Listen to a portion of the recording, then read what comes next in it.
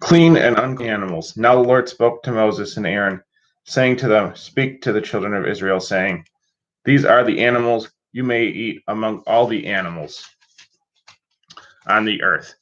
Whatever divides the hoof, having cloven hooves and chewing the cud, that you may eat. Nevertheless, these you shall not eat among those that chew the cud or have cloven hooves, the camel, because it chews the cud, but does not have cloven hooves, is unclean to you. The rock hyrax, because it chews the cud, but does not have cloven hooves, is unclean to you. The hare, because it chews the cud, but does not have cloven hooves, is unclean to you. And the swine, though it divides the hoof, having cloven hooves, yet does not chew the cud, is unclean to you. Their flesh you shall not eat, and their carcasses you shall not touch.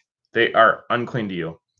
These you may eat everything in the water, whatever in the water has fins or scales, whether in the seas or in the rivers, that you may eat. But everything in the water or in the seas or the rivers that does not have fins or scales, from all these, from every living creature in the water, which the waters produce, they are an abomination to you. They shall be an abomination to you. You shall not eat their flesh, but you shall regard their carcasses as an abomination. Whatever in the water does not have fins or scales, that shall be an abomination to you. Now, these you shall regard as an abomination among the birds. They shall not be eaten. They are an abomination: the eagle, the ossifrage, and the sea eagle, the kite, and the falcon after its kind, every raven after its kind, the ostrich, the short-eared owl, the seagull, and the hawk after its kind, the little owl, the fisher owl, and the screech owl, the white owl, the jackdaw, and the carrion vulture, the stork, the heron after its kind, the hoopoe, and the bat. Now, all flying insects that creep on all fours shall be an abomination to you. Yet you may eat of every flying insect that creeps on all fours, these which have jointed legs above their feet, with which too leap on the earth. These you may eat. The locust after its kind, the destroying locust after its kind, cricket after its kind, and the grasshopper after its kind. But all other flying insects which have 4 feet shall be an abomination to you. Now, by these you shall become unclean.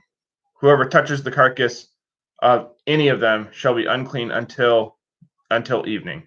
Whoever carries part of the carcass of any of them shall wash his clothes and be unclean until evening. Any animal which divides the foot, which is not cloven-hooved or does not chew the cud, is unclean to you. Everyone who touches it shall be unclean. Now, whatever goes on its paws among all kinds of animals that go on all fours, those are unclean to you. Whoever touches any such carcass shall be unclean until evening. Whoever carries any such carcass shall wash his clothes and be unclean until evening. It is unclean to you. These also shall be unclean to you among the creeping things that creep on the earth: the mole, the mouse, and the large lizard after its kind, the gecko, the monitor lizard, the sand reptile, the sand lizard, and the chameleon. These are unclean to you among all that creep. Whoever touches them when they are dead shall be unclean until evening. Anything on which any of them falls when they are dead shall be unclean, whether it is any item of wood or clothing or skin or sack. Whatever item it is in which work is done, it must be put in water, and it shall be unclean until the evening. Then it shall be clean. Any earthen vessel into which any of them falls, you shall break, and whatever is in shall be unclean. In such a vessel, any edible food upon which water falls becomes unclean, and any drink may be drunk from it, it becomes unclean. Everything on which a carcass falls shall be unclean, whether it is an oven or a cooking stove. It shall be broken down, for they are unclean and shall be unclean to you. Nevertheless, a spring or a cistern where there is plenty of water shall be clean. But whatever touches any such carcass becomes unclean. But if a part of any such carcass falls on any planting seed which is to be sown, it remains unclean. However, if water is put on the seed, and if a part of any such carcass falls on it, it becomes unclean to you. Now, if any animal you are permitted to eat dies, he who touches its carcass shall be unclean until evening. He who eats its carcass shall wash his clothes and be unclean until evening. He also who carries its carcass shall wash his clothes and be unclean until evening. Now, every creeping thing that creeps on the earth shall be an abomination. It shall not be eaten. Whatever crawls on its belly, whatever goes on all fours, or whatever has many feet among all creeping things that creep on the earth, these you shall not eat, for they are an abomination. You shall not make yourselves abominable with any creeping thing that creeps, nor shall you make yourself unclean with them, lest you be defiled by them. For I am the Lord your God. You shall therefore sanctify yourselves, and you shall be holy. For I, the Lord your God, am holy. Neither shall you defile your souls with any creeping thing that creeps on the earth, for I am the Lord who brings you up out of the land of Egypt to be your God. You shall therefore be holy, for I, the Lord, am holy.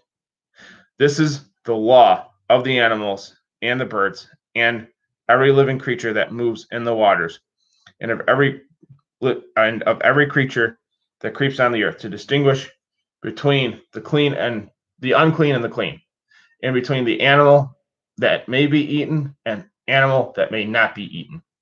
Purification after childbirth. Now the Lord spoke to Moses, saying, Speak to the children of Israel, saying to them, If a woman conceived and bore a male child, then he shall be unclean 7 days. she shall be unclean as in the days of her menstrual isolation. Then on the 8th day, the flesh of his foreskin shall be circumcised. She will then continue in the blood of her uncleanliness 30 days. She is not to touch any hallowed thing, nor come into the sanctuary, until the days of her purification are fulfilled. But if she bears a female child, she will be unclean 2 weeks, as in her menstrual isolation. And she will continue in the blood of her uncleanliness 66 days, when the days of her purification are fulfilled. Whether for a son or a daughter, she is to bring to the priest a lamb of the first year as a whole burnt offering, and a young pigeon or a turtle dove as a sin offering, to the door of the tabernacle of testimony. Then he shall bring it before the Lord and make atonement for her. And it will cleanse her from her flow of blood. This is the law for her who bore a male or a female. But if she is unable to afford a lamb, she may bring 2 turtle doves or 2 young pigeons, one as a whole burnt offering and the one as a sin offering. So the priest shall make atonement for her, and she will be clean. Laws concerning leprosy. Now the Lord spoke to Moses and Aaron, saying, When a man has a scar on the surface of his skin or a shiny spot, and it appears to be a leprous infection, he is to be brought to Aaron the priest, or to one of his sons the priest. The priest shall examine the infection on the surface of his skin, and if the hair in the infection is turned white and the infection appears deeper than the surface of his skin, it is a leprous infection. Notes from the previous page.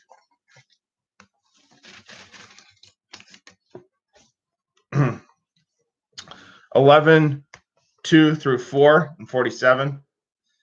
At least two issues relate to animals. The nature of animals and eating only clean animals. At least two issues relate to animals. The nature of animals and eating only clean animals. The nature of all animals is good in itself because the Creator is good. He did not create anything evil in itself. This also applies to man, whose nature is good in itself. As Genesis 1:31 says, then God saw everything he made, and indeed it was very good. The lawgiver said that foods going into the stomach cannot defile a man. Rather, the evil proceeding from his heart defiles him. Mark 7:15 through 23. He said this when the law of Moses was still in effect. Why, then, did he declare through Moses that certain animals were clean and others were unclean, and only the clean ones were to be eaten? Whatever various answers may be given, one seems to stand out as especially important. The eating of clean animals forecasts the cleansing of both Jews and Gentiles in the baptism to form them into one body, the church. Peter's vision in Acts 10:9 through 16 indicates the inclusion of Gentiles into the church through baptism. The earth, then, this is what the linen sheet denotes. And the wild animals in it are those among the Gentiles. And the command, kill and eat, denotes that Peter must go to them also. And the linen sheet being let down 3 times denotes baptism. 12:1 through 3. Marriage, conception, and birth are honorable in every way. Marriage is honorable among all, and the bed undefiled. Hebrews 13:4. Since these things are true, in what sense do conception and birth relate to uncleanliness in the Mosaic law? They were symbolic of the meaning of baptism. The water of baptism is the womb into which the old life of sin is buried, as indicated by the 7 days. The 8th day speaks of the renewal of the man's nature of baptism by the Holy Spirit into the world to come. Circumcision on this day is typical, the cutting away of sins by the circumcision of Christ, effected in baptism. Colossians 2:11 and 12. 13:2. Leprosy was the primary type or a symbol of sin in the Old Testament. Sin does to the soul what leprosy does to the body. As leprosy defiles the body, so similarly sin defiles the conscience with dead works.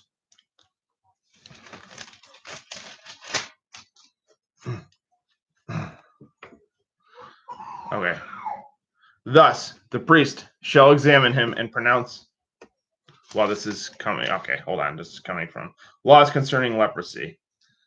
I've kind of already went over this. Now, the Lord spoke to Moses and Aaron, saying, when a man has a scar on the surface of his skin or a shiny spot, it appears to be a leprous infection.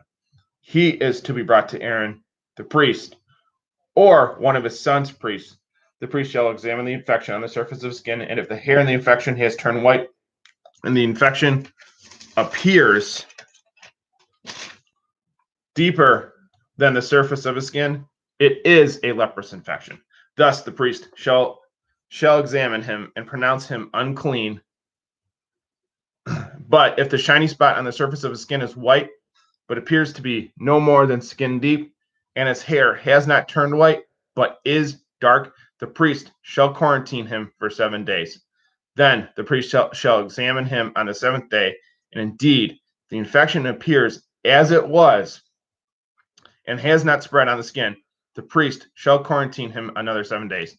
Then the priest shall examine him again on the 7th day, and indeed, if the infection is dark and has not spread on the skin, the priest shall pronounce him clean.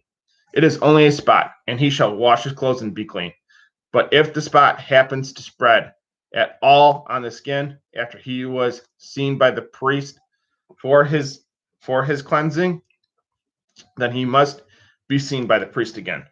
So if the priest sees the spot has indeed spread on the skin, the priest shall pronounce him unclean.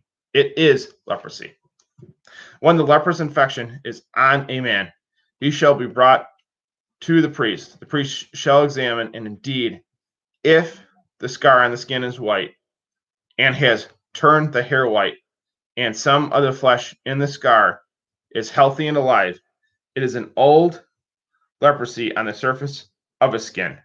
The priest shall pronounce him unclean and shall quarantine him, for he is unclean. But if leprosy breaks out all over the skin, and it covers from head to foot all the skin of the one with the infection, according to the full examination of the priest, then the priest shall consider, and indeed, if leprosy covers the entire surface of his skin, he shall pronounce clean him who has the infection, because it all turned white. He is clean. But in whatever day an open wound appears on him, he shall be unclean. Thus the priest shall examine the open wound and pronounce him unclean. For an open wound is unclean. It is leprosy. But if the surface of the skin is restored and turns white again, he shall come to the priest. The priest shall examine him. And indeed, the infection has turned white. The priest shall pronounce clean him who has the infection. He is clean. If one's body develops an ulcer in the skin and it is healed, and in the place of the ulcer there comes a white scar or a shiny or inflamed spot, it shall be shown to the priest. When the priest sees it, and indeed it appears deeper than the skin, and its hair has turned white, the priest shall pronounce him unclean. It is a leprosy which broke out in the ulcer. But if the priest examines it, and indeed there is no white hair in it, and it is not deeper than the skin surface, but is dark, the priest shall quarantine him 7 days. But if it should spread over the skin, the priest shall pronounce him unclean. It is a leprous infection which broke out in the ulcer. But if the shiny spot stays in one place and has not spread, it is the scar of the ulcer, and the priest shall pronounce him clean. Or if one's body receives a burn on its skin by fire, and the open wound of the burn becomes a bright spot, reddish, white, or white, the priest shall examine it. And indeed, if the hair of the bright spot has turned white, it appears deeper than the skin, it is leprosy broken out in the burn. Therefore, the priest shall pronounce him unclean. It is a leprous infection. But if the priest examines it, indeed, there are no white hairs in the bright spot, and it is not deeper than the skin, but is dark, then the priest shall quarantine him 7 days. Then the priest shall examine him on the 7th day. If it has, it'll spread over the skin. The priest shall pronounce him unclean. It is a leprous infection broken out in the ulcer. But if the bright spot stays in one place and has not spread on the skin, but is dark, it is a scar from the burn, the priest shall pronounce him clean. If a man or a woman appears to have a leprous infection on the head or the beard, the priest shall examine the infection, and indeed, if it appears deeper than the skin, and there is thin yellow hair in it, the priest shall pronounce him unclean. It is a lesion, a leprosy of the head or beard. But if the priest examines the infection of the lesion, and indeed does not appear deeper than the skin, and there is no thin yellow hair in it, the priest shall quarantine 7 days the one who has the infection of the lesion. Then on the 7th day, the priest shall examine the infection, and indeed, if the lesion has not spread, and there is no yellow hair in it, and the indentation does not appear deeper than the skin, he shall shave himself, but he shall not shave the lesion. Then the priest shall quarantine another 7 days the one who has the lesion. On the 7th day, the priest shall examine the lesion. And indeed, if the lesion has not spread over the skin and the indentation does not appear deeper than the skin, the priest shall pronounce him clean. He shall wash his clothes and be clean. But if the lesion appears to spread at all on the skin after his cleansing, the priest shall examine him. And indeed, if the lesion has spread over the skin, the priest need not seek for yellow hair. He is unclean. But if the lesion appears to be at a standstill and there is black hair grown up in it, the lesion has healed. He is clean, and the priest shall pronounce him clean. If a man or a woman has bright spots on the skin of the body, specifically shining white spots, the priest shall look, and indeed it is the bright spots on the skin of the body are shining white spots. It is eczema. He is clean. As for the man whose hair has fallen from his head, he is bald, but he is clean. He whose hair has fallen from his forehead, he is bald on his forehead, but he is clean. Now, if there is on the bald head or bald forehead a reddish white infection, it is leprosy breaking out on his bald head or his bald forehead. Then the priest shall examine him. Indeed, if the infection of the reddish white skin on his bald head, on his bald head or his bald forehead is like the form of leprosy on the skin of the body, he is a leprous man. The priest shall surely pronounce him unclean. His infection is on his head. Now the clothes of the leper on whom the infection is shall be torn, his head uncovered, and he shall cover his mouth, and he shall be called unclean. He shall be unclean all the days he has the infection, he shall be unclean. He is unclean, and he shall dwell apart. His way of life shall be outside the camp. Laws concerning leprous garments. Also, if a garment has a leprous infection in it, whether it is a woolen garment or a linen garment, whether it is in the warp of or woof of linen or wool, whether in leather or in anything made of leather, and if the infection is greenish or reddish in the garment or in the leather, whether in the warp or in the woof or in anything made of leather, then it is a leprous infection and shall be shown to the priest. The priest shall examine the infection and quarantine him who has the infection 7 days. Then he shall examine the infection on the 7th day. If the infection has spread in the garment, either in the warp or made in the woof,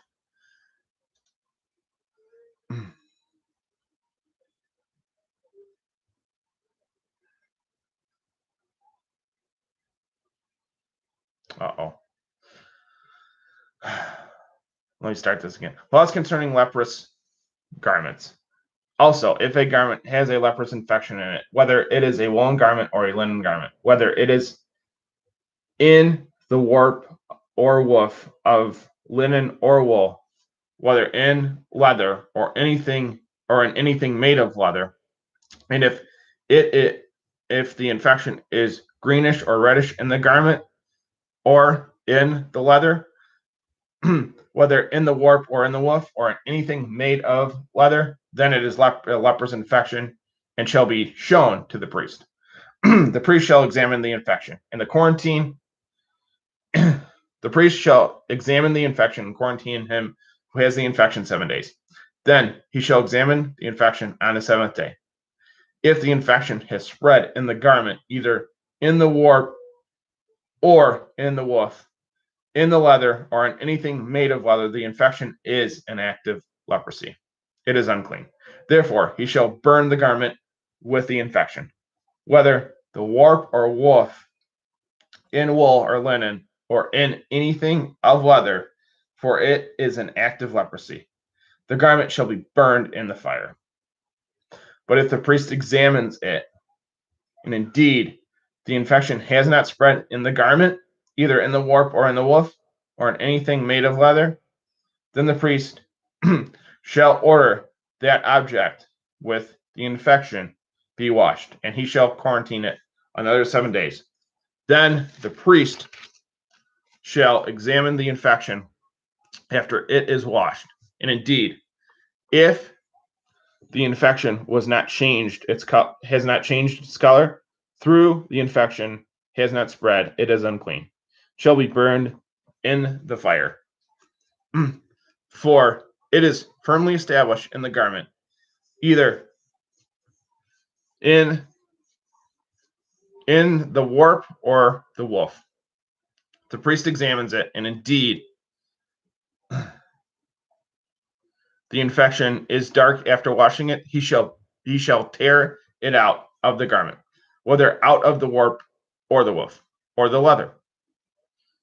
But if it appears again in the garment, either in the warp or the woof, or in anything made of leather, it is a spreading leprosy, and that garment with the infection shall be burned with fire. But if you wash the garment, either warp or woof, or anything made of leather, and the infection disappeared from it, then it shall be washed a second time and shall be clean.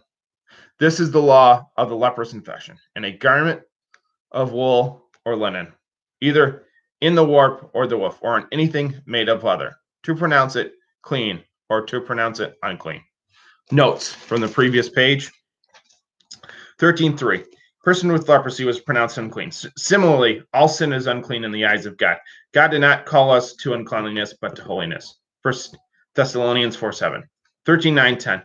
A person with a leprous infection was brought to the priest for examination. This examination could only determine whether or not he had the disease of leprosy. The priest could not effect a cure. Christ, our great high priest, not only examines our uncleanliness, but also provides the cure. There is no creature hidden from his sight, but all things are naked and open to the eyes of Christ, of him to whom we must give account. Hebrews 4:13. And how much more shall the blood of Christ, who through the eternal Spirit offered himself without spot to God, cleanse your conscience from dead works to serve the living God. Hebrews 9:14. 13:46. Leprosy forced the leper into a way of life outside the camp. This way became a camp to itself. Similarly, the fallen world is a camp to itself with its own way of life. The way of life described as the old man, Romans 6:6. The old man was crucified with Christ in baptism, and the one is baptized and raised, and the one baptized is raised up with Christ to walk in newness of life. Romans 6:3-4. Newness of life described in Ephesians 4:24 as the new man which was created according to God, true righteousness and holiness. 13:52. Just a little spot of contamination on a garment necessarily caused the whole garment to be destroyed. Radical action had to be taken with respect to leprosy. The same is to be said of anything contained by sin. Jude, the Lord's brother, writes, and on some have compassion, making a distinction, but others save with fear, pulling them out of the fire, hating even the garment defiled by the flesh. Jude 20:22-23.